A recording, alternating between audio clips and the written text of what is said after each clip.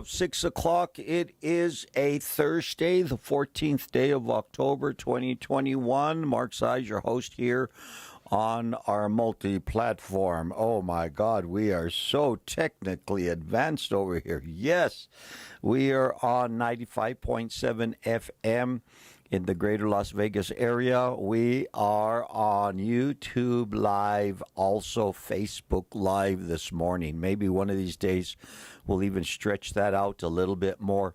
34 degrees is our current temperature.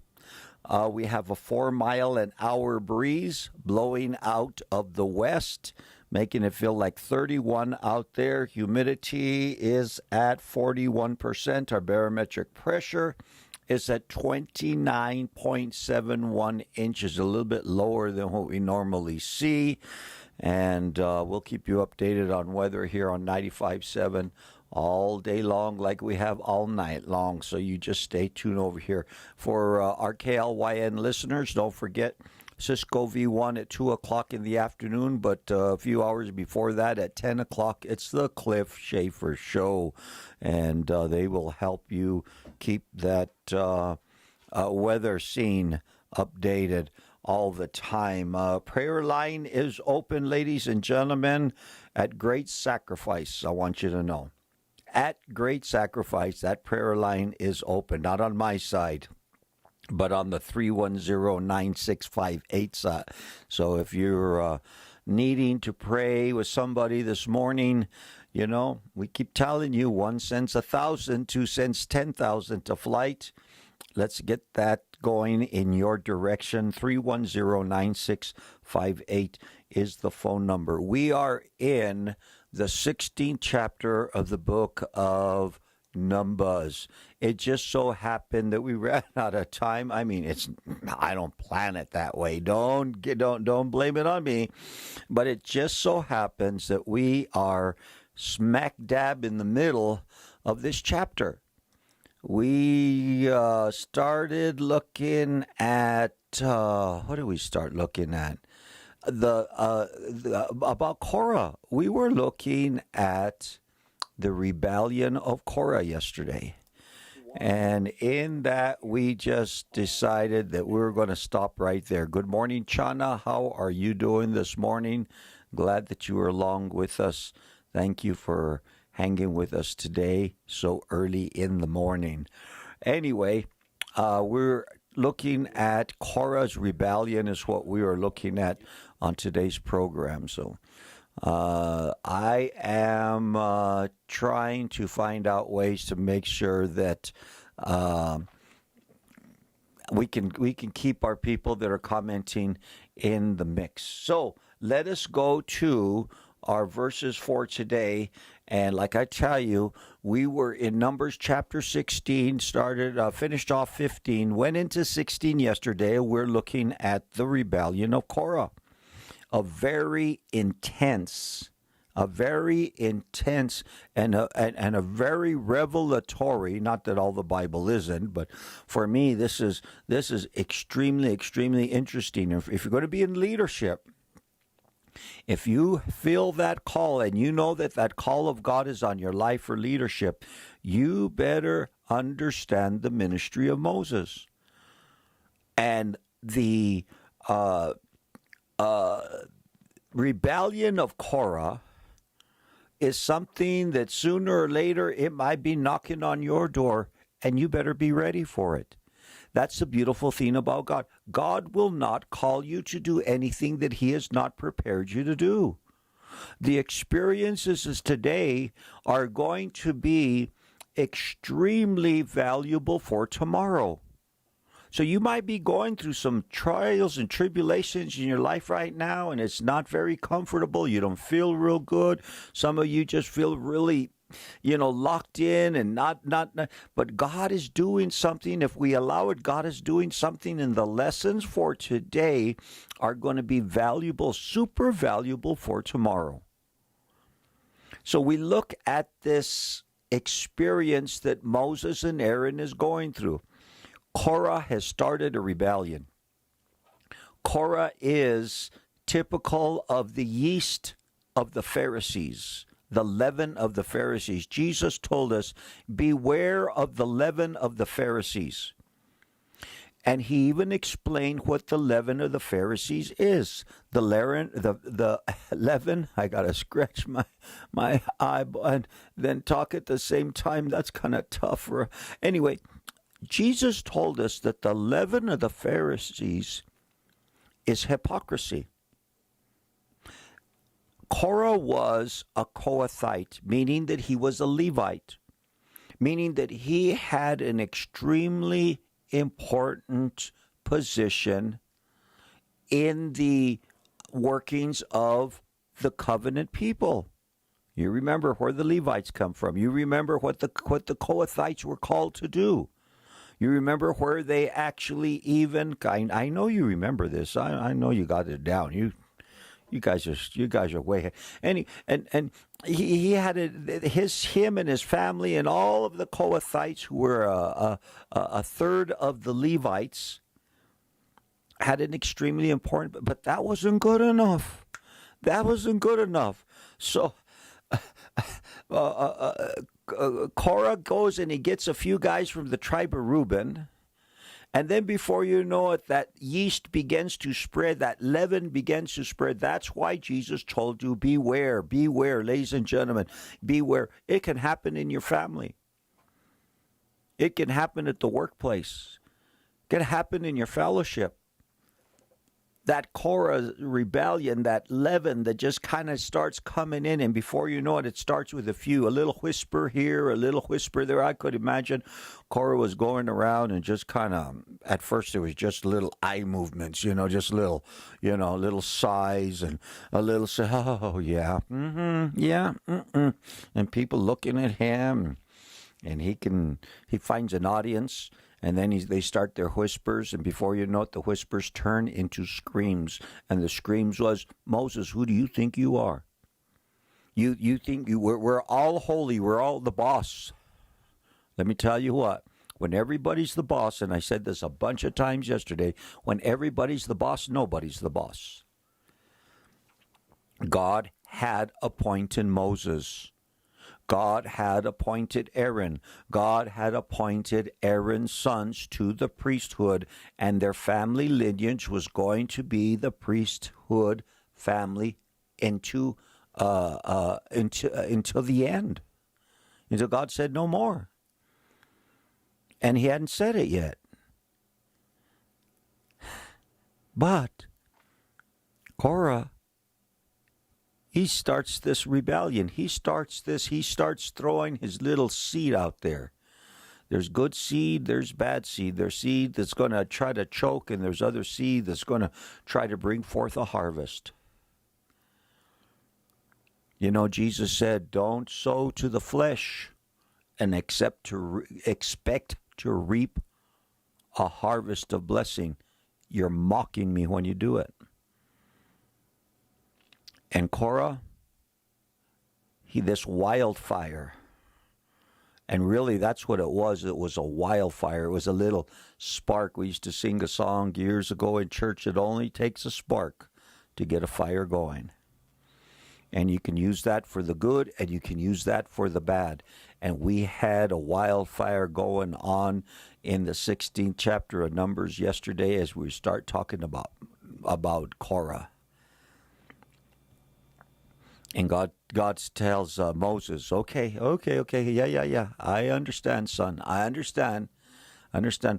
Tell all the 250 to come and meet us tomorrow at the tent of meeting. And tell them to all bring their censers and bring them with fire and incense in it, and we will find out who God's choice is. And I thought that was a interesting way of handling the subject. Oh, yeah. So they all come. Every man, verse 18, there we are. Chapter 16, book of Numbers. We covered this yesterday by about 7 o'clock. So every man took his censer, put fire in it, laid incense on it, stood at the door of the tabernacle of the meeting with Moses and Aaron. And Korah gathered all the congregation against them. So, first of all, it's Korah. Then it's a few guys from Reuben. And then after that, we got 250 of them. Now we got all the congregation just kind of standing behind Korah and say, well, maybe this is his time. Maybe he's the guy, he's good looking. He's head and shoulders above everybody else. Who knows how this Korah guy, handled himself, but he's pretty good at getting a crowd. All the congregation gathered against them at the door of the tabernacle of meeting. Then, the glory of the Lord appeared to all of the congregation. And the Lord spoke to Moses and Aaron, saying, separate yourself from among this congregation, that I may consume them in a moment. And by now, Moses and Aaron have developed a habit. You know what they say about habits, how habits are created in your life. You do it once, twice, 3 times after you keep on doing before you. And their habit was when God says, I'm going to kill these people, that they fall on their faces and say, God, please, no. And they intercede. God says, separate yourselves from among this congregation, that I may consume them in a moment. And they fell on their faces and said, oh God, the God of spirits of all flesh, shall one man sin and you be angry with all the congregation? They knew that the leaven started with Korah.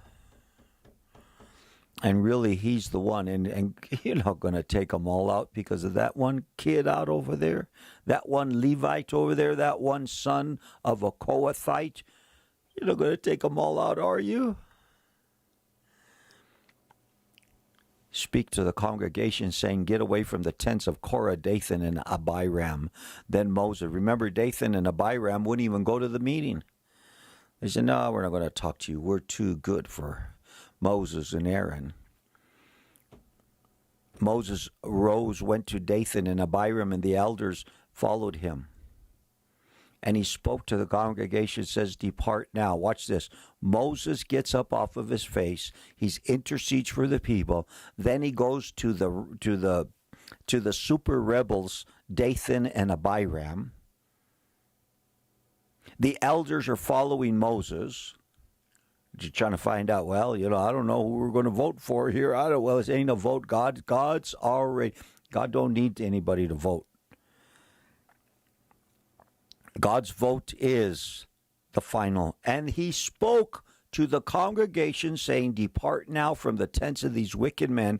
Touch nothing of theirs, lest you be consumed in all their sins. So he tells the congregation, Moses gets up there and tells the congregation, okay, get away from these guys. Get away. If I were you, I wouldn't be within an earshot of what they have to say. Depart now from the tents of these wicked men.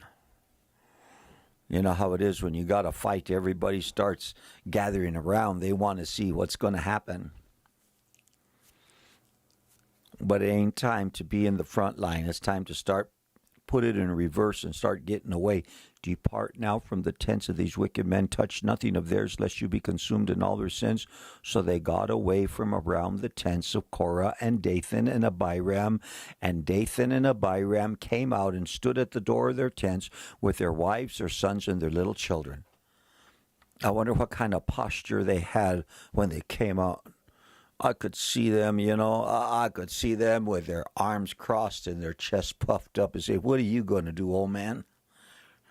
What are you going to do to us? This is our time now.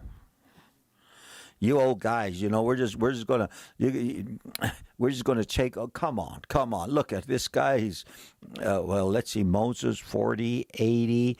Give him another couple of years. Moses was about 82 years old.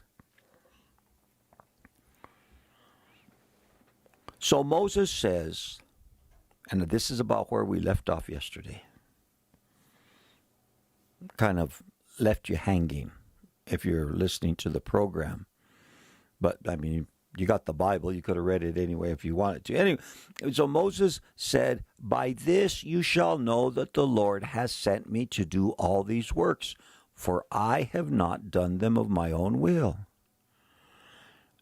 Moses, I don't see Moses as saying, hey, we'll get you. No, he says, dude, hello, I'm not here because of anything except for what God has done in my life. It's nothing but the grace of God that has been working in my life. So what he's going to do? Tell the people, move away. This is a good idea what's going to happen. He has a good idea what's going to happen with this little situation that we're in.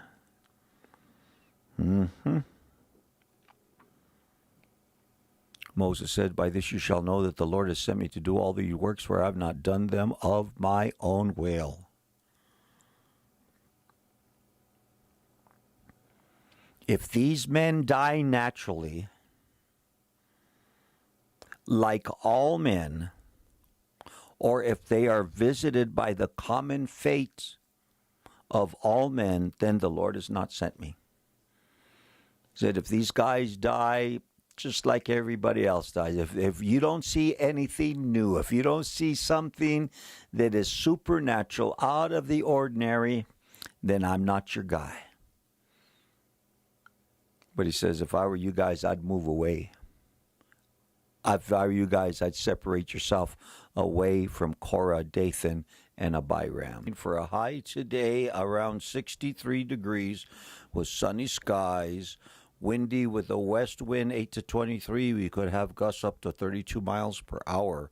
Tomorrow, cooling off a little bit to 59 degrees with north wind 5 to 10 miles per hour and sunny skies. So would you rather have, not like we have a choice, but would you rather have 63 with gust or 59 with no gust? Saturday, right up to 66 again with sunny skies and west-southwest 5 to 13 miles per hour. So Saturday looking like a really, really nice weather day, the way the weather report is coming in right now. But we're going back to our chapter for today. Moses said, by this you shall know that the Lord has sent me to do all these works, and I have not done them on my own will. If these men die naturally like all men, or if they are visited by the common fate of all men, then the Lord Yahweh has not sent me. But if the Lord creates a new thing, and the earth opens its mouth and swallows them up with all that belongs to them, and they go down alive into the pit, then you will understand that these men have rejected the Lord. Those are some pretty big words. We got a lot of people that say that God has spoke to them about a lot of different things that are going on, and many times we're not willing to really step out onto that plank. But Moses was that guy. God had been faithful to him. The word of God had been true and tested in his life, and man, the guy, he just lays it out there. I mean, if it would have been, well, me, or some of these other people who, are predicting things, Christians, ministers. I'm not talking about just anybody that's out there. I'm talking about proven men that are out there. Well, if and maybe, and I kind of think, no, this guy, he says, listen, if these guys die of natural causes, I'm not your guy. But if the earth opens its mouth, sometimes I think that God allowed men like Moses to say how he wanted them to die. Sometimes I think God, all he had to say, yeah, Moses, that's a good idea. I can do that.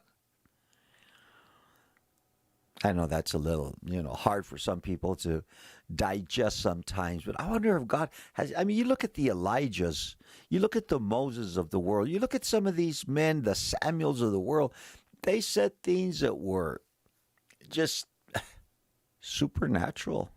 And it's almost like God saying, yeah, we can do that. Yeah. If the Lord creates a new thing, all he had to say was, well, if the Lord creates a new thing and they go and they die, well, then let's see what the new thing is. No, he tells you what the new thing is going to be. If Yahweh creates a new thing and the earth opens its mouth and swallows them up with all... Come on, Moses. Come on. If they go down alive... Come on, Moses. What do you mean go down alive? That's a little... Then you will understand that these men have rejected Yahweh.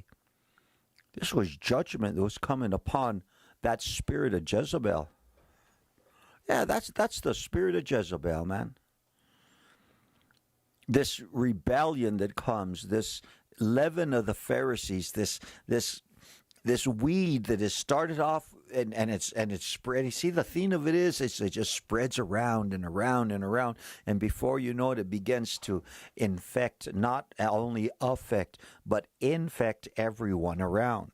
And it had started off with Korah, then it had gone to a few guys, the Dothans and the Abiram or whatever his name is, of the tribe of Reuben.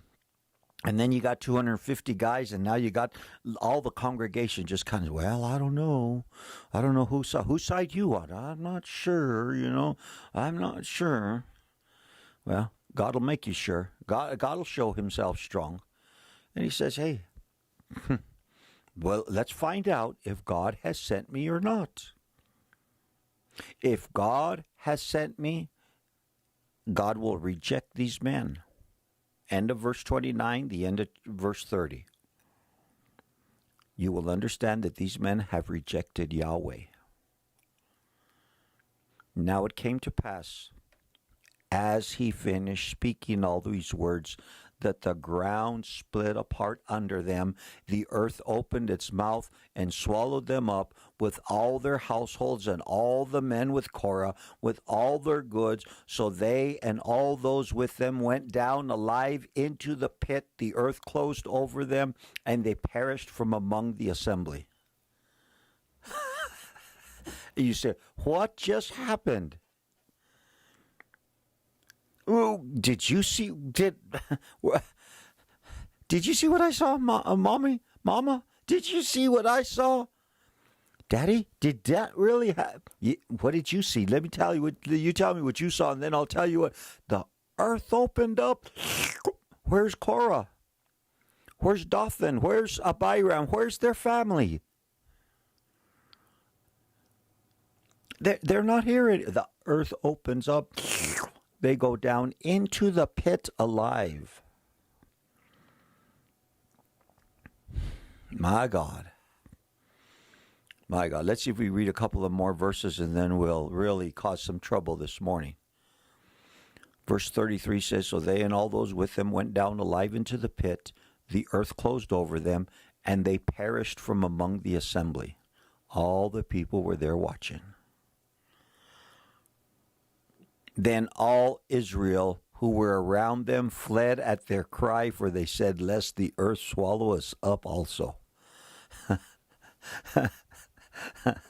Everybody starts running away from them now. Why? Why are the people running away? Because they were starting to side with Korah. They knew in their heart where they were at. They knew where they are. And now, I mean, if a guy knows that he's okay, he's chosen the right side. And there's sometimes you got to choose this day whom you will serve. And I think these people are running away. They and all those with them went down alive. Then all Israel, verse 34, all Israel who were around them fled at their cry. They could hear the cry of Korah and his family. And what is the name? Is his name Dothan? I keep saying Dothan, and I'm not even sure if that's right. Dathan and Abiram and Korah and all his family, they can hear their cries of them descending down into the pit.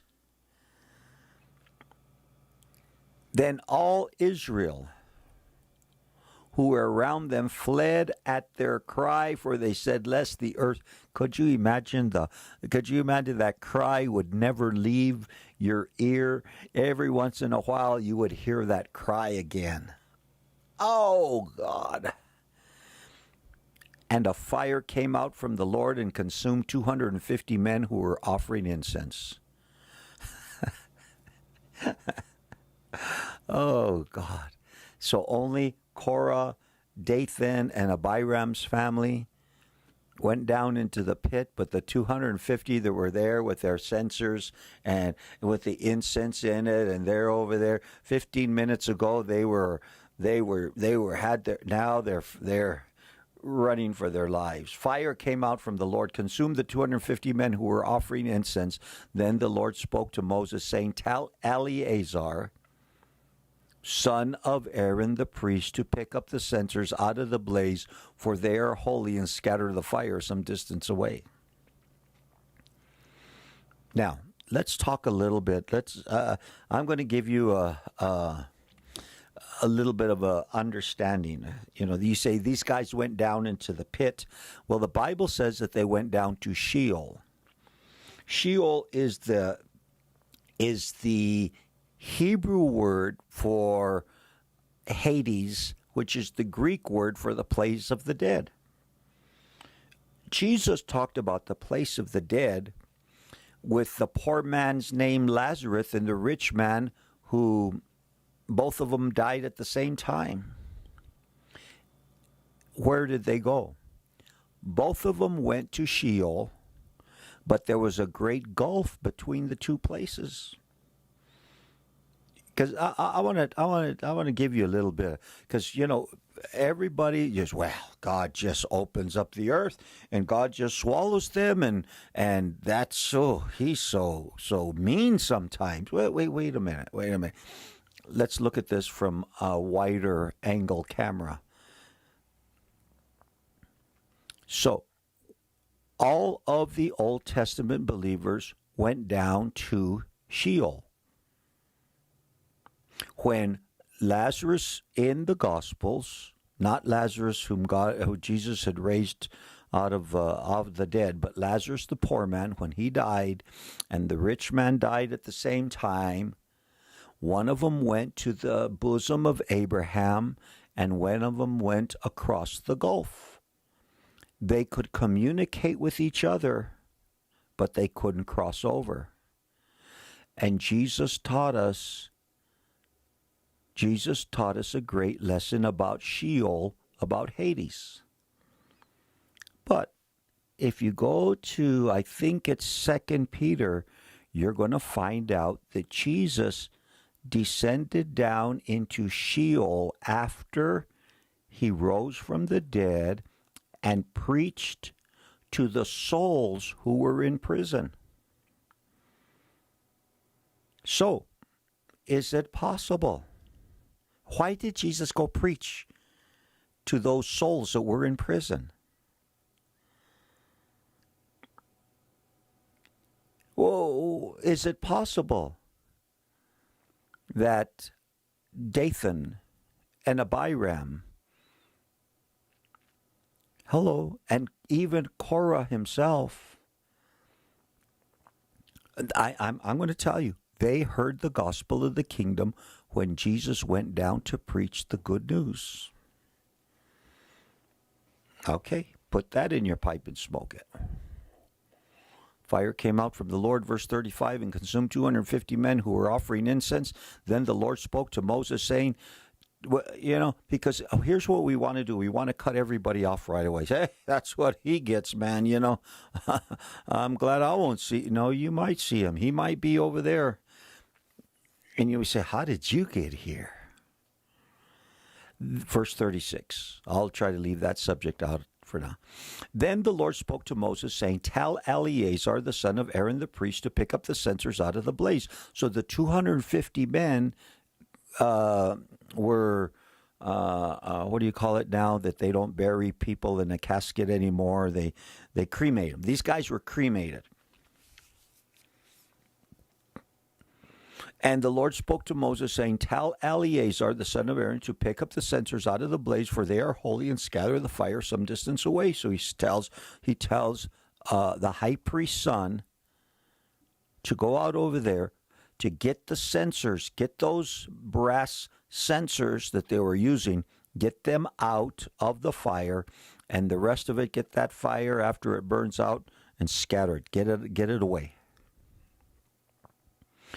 The censers of these men who sin against their own souls, let them be made into hammered plates as a covering for the altar. So what they were going to do is they were going to get all these censers, they were going to make a plate out of them, and they were going to make a covering for the altar, the brazen altar.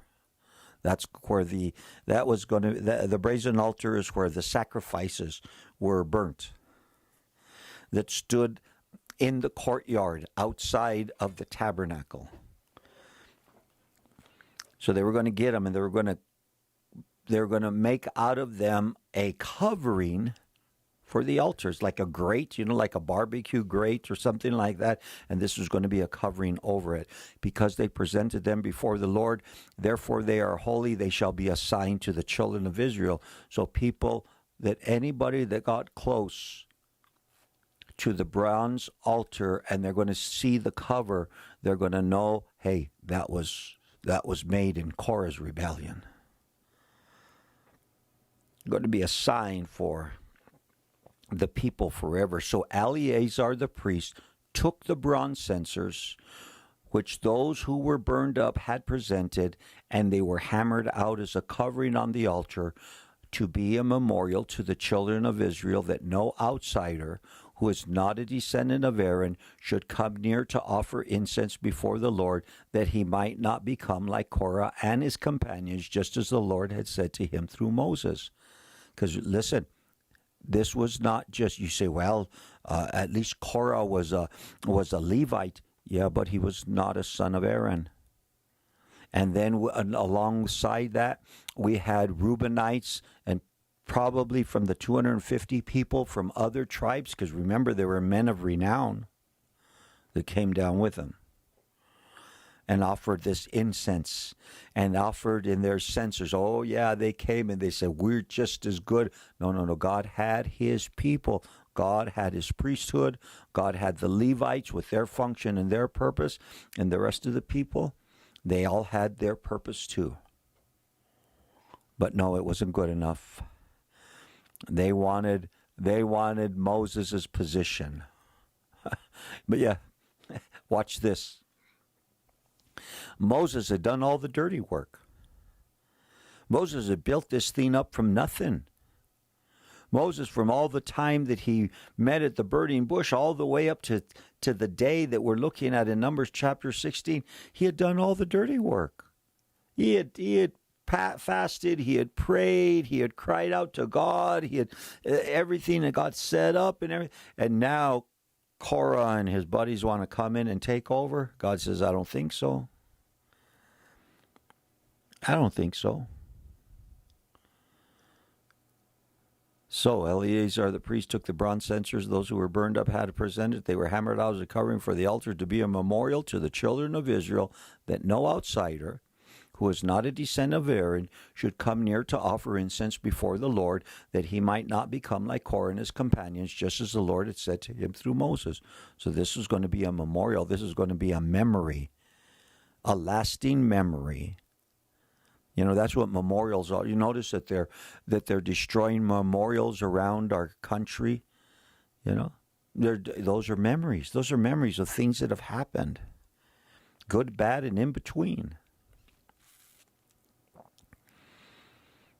To be a memorial to the children of Israel, that no outsider is not a descendant of Aaron should come near to offer incense before the Lord, that he might not become like Korah and his companions, just as the Lord has said to him through Moses. And mamas all over the world were going to be able to say, you better behave, or God's going to make you like Korah. I don't think that was the purpose of it all, but there was a memorial. On the next day, verse 41. On the next day, all the congregation of the children of Israel complained against Moses and Aaron, saying, you have killed the people of the Lord. When are these guys going to get it? Well, maybe the next chapter they'll get it.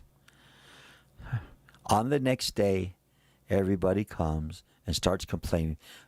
I mean, I haven't counted them, but I'm guessing this is probably the 6th or 7th complaint that we've seen in the last few chapters that have come to challenge the authority that God has given Moses. Moses said, I didn't take this up on my own, man. I was just looking for sheep in the backside of the Arabian desert, and I saw a bush that was burning, but it wasn't being consumed, and I just got a little close to check it out, and God said, come here, son, it's me. I didn't ask for this. On the next day, all the congregation of the children of Israel complained against Moses and Aaron, saying, you have killed the people of the Lord. Notice, did Moses cause the fire? Did Moses cause the earth to open up? But wait. We never blame God, but we always blame his servant. And Moses is the servant right then and there. Now it happened when the congregation had gathered against Moses and Aaron that they turned toward the tabernacle of meeting, and suddenly the cloud covered it, and the glory of the Lord appeared. There the congregation is complaining. Oh, I tell you what, the ambulance has showed up, and you can hear those sirens all over the congregation. You can hear all those names, yang, yang, yang. And it happened and then all of a sudden the glory cloud appears. When the congregation had gathered against Moses and Aaron, that they turned toward the tabernacle of meeting. Suddenly the cloud covered it, and the glory of the Lord appeared. Then Moses and Aaron came before the tabernacle of meeting, and the Lord said to Moses, saying, get away from among this congregation, that I may consume them in a moment. Dang, is this the 10th time? Now it's, and they fell on their faces.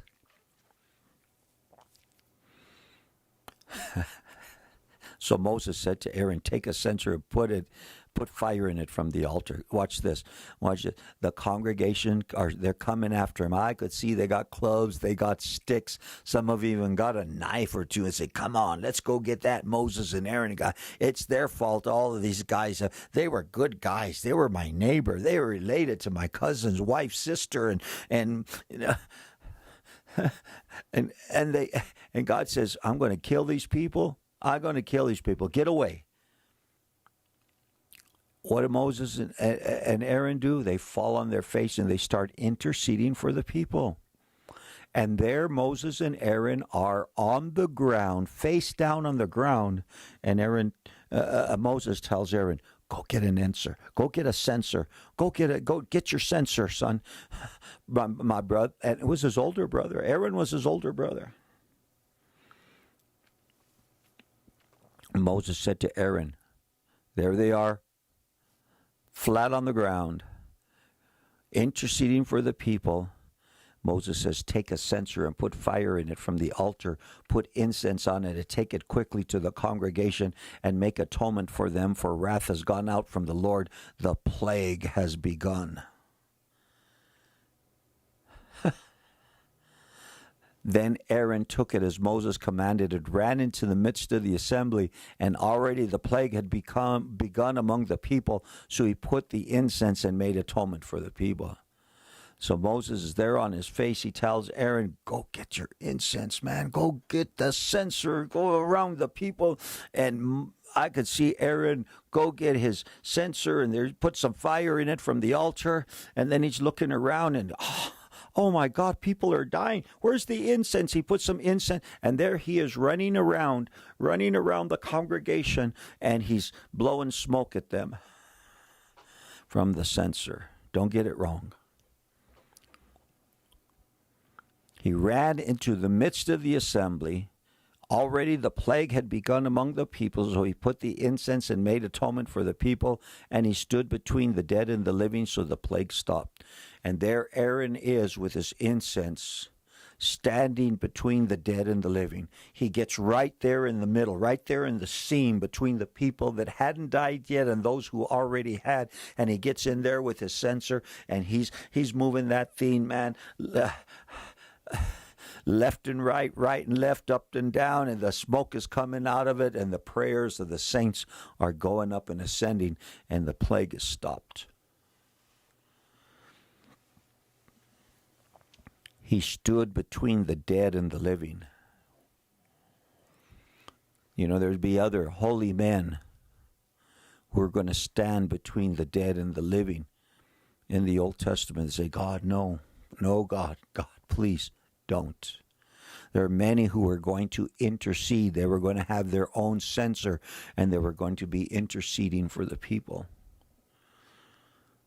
Talking about the Isaiahs and the Jeremiahs and the Ezekiels, the Daniels of this world, that they're going to be interceding for the people. They're going to be standing between the dead and the living. So the Bible says the plague was stopped. Now those who had died in the plague were 14,700. I mean, that's probably about the population of Las Vegas. Or maybe, the Espanola Valley area or someplace like that. 14,700. Besides those who had died in the Korah incident. So don't even count the guys who died in the time of Korah. Just add another 14,700, because we know that at least 250 had died.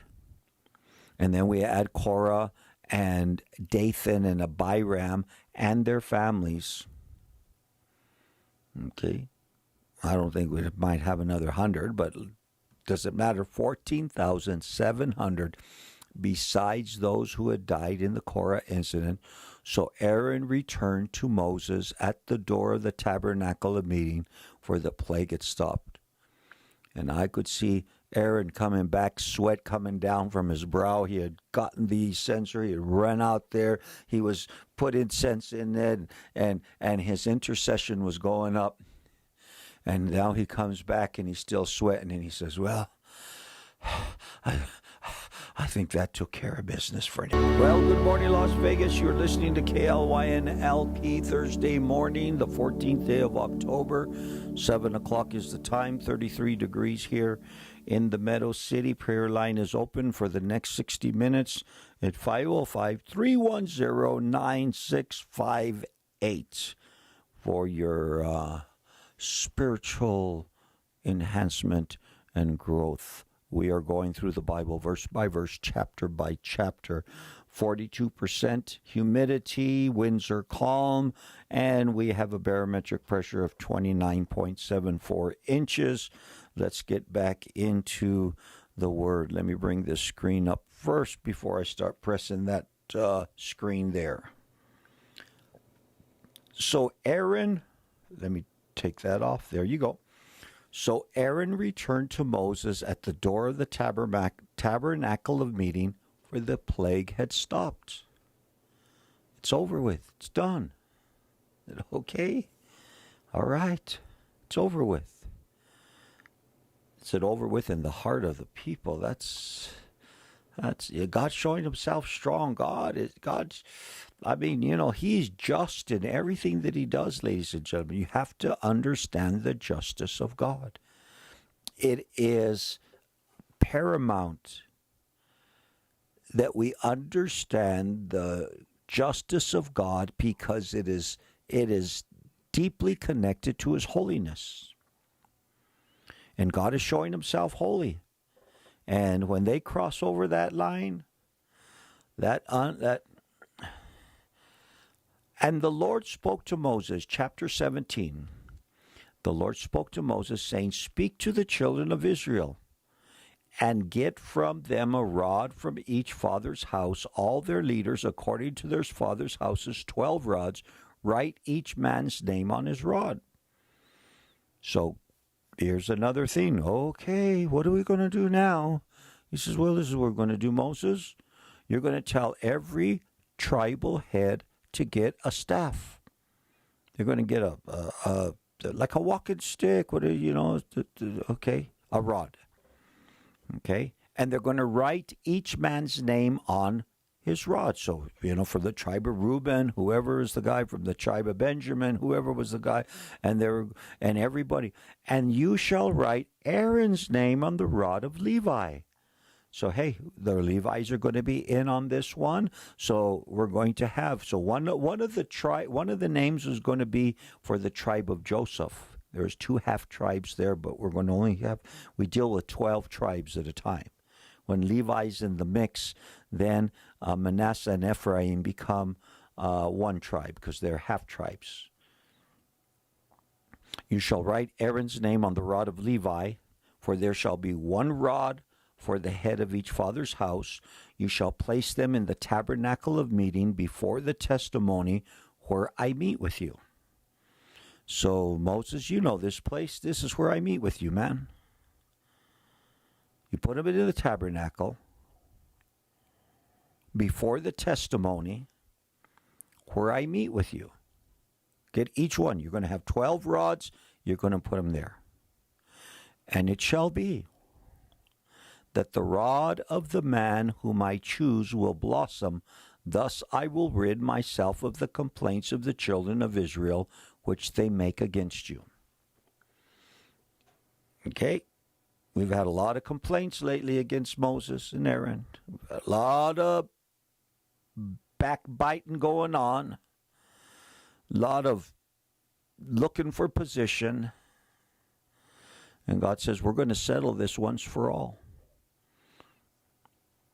So Moses spoke to the children of Israel, and each of the leaders gave him a rod apiece for each leader according to their father's house, 12 rods, and the rod of Aaron was among their rods.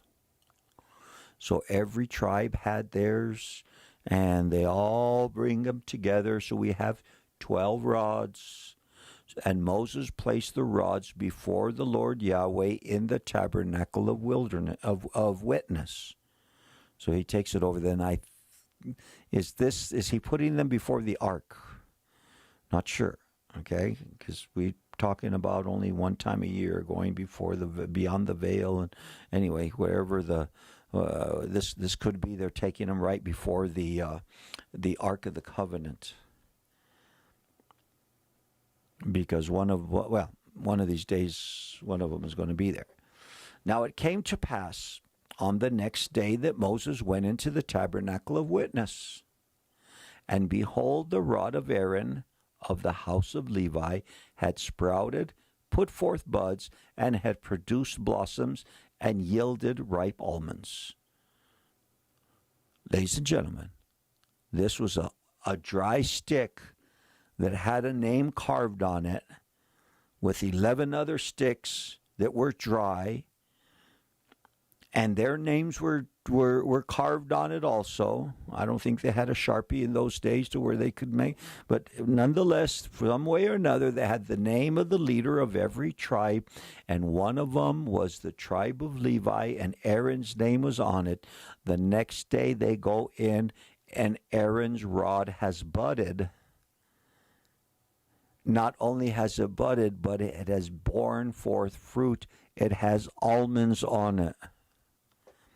In 24 hours before the presence of God. And this was going to be a proof to the people that God has chosen the tribe of Levi, and out of the tribe of Levi, who are the ministers, Aaron and his sons to be the priesthood. And this was going to be proof to the people that God had picked them. And I say, something like this is going to do, I guess it is. You would say, well, you would think that with the censors, you would think with some of the things that have happened over the last few days, or I said last few chapters, who knows how long of a space of time we're talking about the last few chapters, because they're pretty much still in Kadesh Barnea. Anyway, verse 8 again says, it came to pass the next day that Moses went into the tabernacle of witness. Behold, the rod of Aaron of the house of Levi had sprouted and put forth buds, had produced blossoms and yielded almonds. Then Moses brought out all the rods from before the Lord to all the children of Israel, and they looked, and each man took his rod. Moses comes out. He comes out with the 12 rods, and one of them has almonds growing on it. And each man gets his rod. Is that's our rod. That's the one. And Aaron looks at it and says, "Yeah, that's the one also." And everybody says, "Yeah, I saw Aaron's rod too. I saw all the other rods. No tricking going on over here. No sleight of hand." Moses brought out all the rods from before the Lord to all the children of Israel. They looked, and each man took his rod. And the Lord said to Moses, "Bring Aaron's rod back before the testimony to be kept as a sign against the rebels, that you may put their complaints away from me, lest they die." So, God tells Moses, go get Aaron's rod and put it before the testimony to be kept as a sign against the rebels. Now, if this is, what this is going to do is this is going to be under the mercy seat. This rod, along with the 10 commandments, the rocks, the stones, the commandments on stones with the handwriting of God, and a jar of manna were all going to be underneath the mercy seat in the Ark of the Covenant. And it was going to be a witness to the congregation against the rebellion of Korah, against the complaining of the people. Because not only did we have the people in Korah's time, now Korah's gone and they're still complaining, you killed them. And God says, okay, I'm going to show you who I have picked, and Aaron's rod buds, and that is the proof to the people. So Moses puts it in, let's just read it. Bring Aaron's rod back before the testimony to be kept as a sign against the rebels, that you may put their complaints away from me, lest they die. Now, like I tell you, this was going to go in with a couple of other things into the ark, and then the mercy seat was going to cover it. They're going to put a jar of manna. Now, normally the manna wouldn't last more than 24 hours. They go pick it in the morning, and if they didn't use it by the next morning, it was going to sour, but it was going to be in the presence of God. And it was going to be as fresh as the day that they picked it, same way that it is with this rod. In fact, I'm surprised that the rod just didn't keep on growing in the Ark of the Covenant and just keep on bringing forth almonds. Bring Aaron's rod back before the testimony. Thus did Moses, verse 17, just as the Lord had commanded him, so he did. So the children of Israel spoke to Moses, saying, surely we die, we perish, we all perish. The congregation, after they had complained against Moses, after all this thing happened, they look around and say, dude, we're dead, man. We did pick the wrong side. So the children of Israel, verse 12, spoke to Moses, saying, surely we die, we perish, we all perish. Whoever even comes near the tabernacle of the Lord must die. Shall we utterly die? Are we going to die too, Moses? We were with you all the way anyway, dude. We knew, shall we die? Are you're not going to kill us too, are you? He says, that's not my call, son. All I do is I hear your complaints and I cry out to the Lord and ask him for your lives. That's all I do. That's my job. That's the job of the priesthood, to intercede for the people. And you can look at them and you can say, but they're all rebellious and they're all dirty and they're all this and they're all that. It says, you don't worry about that stuff. You just do what I tell you to do. That's all you have to do. You just become, with my nature, the mercy and the grace and the love that I have for these people. And they're afraid that they were going to go down. They're afraid that was going to be it for them. God says, nope. Nope. I need a people. I want a people. I desire a people. And I'm going to have a people, and we're going to continue. We're going to have a people. They were afraid they were going to go, but they didn't go. Verse 1, chapter 18 is where we're going to go to next. Then the Lord said to Aaron, you and your sons and your father's house with you shall bear the iniquity related to the sanctuary. You and all your sons with you shall bear the iniquity associated with your priesthood. Okay, we're going to go back into some of the rules and the regulations and the law. That terrible law. No. The people are afraid out there. Remind them that there is an atonement that is going to be made. Remind them that the God of justice is also the God of mercy. It's also the God of love. Then the Lord said, and you said, well, what about those 14,000 that died? I think we tried covering that for you already earlier in the program. Then Yahweh said to Aaron, you and your sons and your father's house with you shall bear the iniquity related to the sanctuary. You and your sons with you shall bear the iniquity associated with the priesthood. We're still going to do this. We're still going to have atonement for the people. Also bring with you your brethren of the tribe of Levi. Some of the Kohathites and others from the tribe of Levi would say, well, I guess we're finished now. Thanks a lot, Korah. Now we're probably going to be cut off, man. Now God's going, no. We knew this was going to happen before it happened. Don't worry about it, the Father says. Yeah. The Spirit of God, the Son of God, the Father just say, yeah, we knew it was going to happen before. Don't worry about it. We got this thing taken care of way before it ever started. We're gonna have atonement. Bring with you your brethren of the tribe of Levi, the tribe of your father, that they may be joined with you and serve you while you and your sons are with you before the tabernacle of witness. Things have not changed that much. Names have changed, but function and purposes and callings have not been changed. Because the calling of God is without repentance, the Bible says.